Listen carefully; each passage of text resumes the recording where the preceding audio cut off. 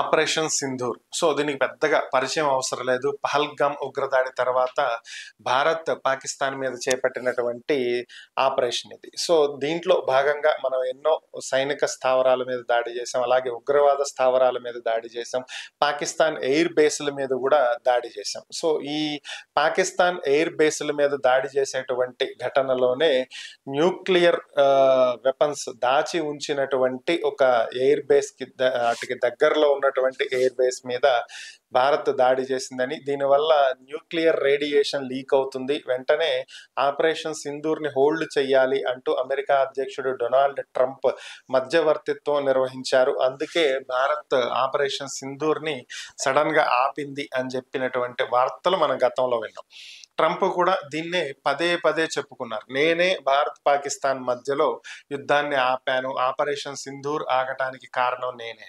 దీనికి సంబంధించి ప్రతిపక్షాలు పార్లమెంట్ లో ప్రశ్నించినప్పుడు భారత ప్రధాని, అలాగే రక్షణ మంత్రి, విదేశాంగ శాఖ మంత్రి అందరూ కూడా చెప్పింది ఒక్కటే, దీంట్లో మూడవ దేశం యొక్క జోక్యం ఏమాత్రం లేదు, ఇది పూర్తిగా పాకిస్తాన్ భారత్ కలిసి తీసుకున్నటువంటి నిర్ణయం.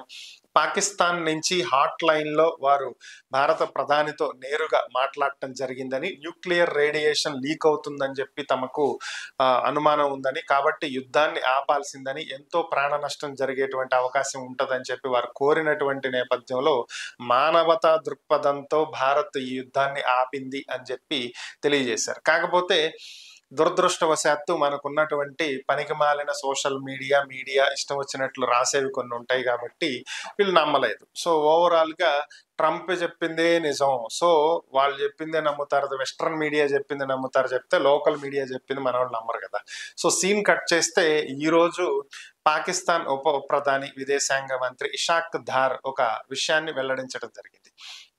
సో ఈయన మాట్లాడుతూ ఆపరేషన్ సింధూర్ కి సంబంధించి తాను అమెరికాకు చెందినటువంటి అప్పటి రక్షణ మంత్రితో మాట్లాడటం జరిగిందని, ఈ యుద్ధ నివారణకు సంబంధించి మీరు ఏ విధమైనటువంటి చర్చలు భారత్తో జరుపుతున్నారు అని చెప్పి అడిగినటువంటి నేపథ్యంలో భారత్ చాలా స్పష్టంగా మూడవ దేశం యొక్క జోక్యం దీంట్లో అవసరం లేదు, ద్వైపాక్షికంగా మేము పాకిస్తాన్ మాట్లాడుకుని చర్చించుకుని దీనికి సంబంధించినటువంటి నిర్ణయాలు తీసుకుంటామని చెప్పి చాలా స్పష్టంగా చెప్పిందని, కాబట్టి ఈ విషయంలో తమ జోక్యం ఏమాత్రం ఉండదు అని చెప్పి వారు తేల్చి చెప్పడం జరిగిందని చెప్పి ఆయన చెప్పారు. సో అంటే ఇండైరెక్ట్ గా ఓవరాల్ గా అమెరికా దీంట్లో ఇన్వాల్వ్ కాలేదు, ట్రంప్ మధ్యలోకి వచ్చి మధ్యవర్తిత్వం చేసి మోడీతో మాట్లాడి యుద్ధం ఆపింది ఏమీ లేదు అనేది చాలా క్లియర్ కట్ గా పాకిస్తాన్ ఉప ప్రధాని చెప్తున్నటువంటి నేపథ్యంలో ఇప్పటికైనా వీళ్ళు నమ్ముతారో లేదంటే ఇంకేదన్నా కథలు చెప్తారో మరి చూడాలి.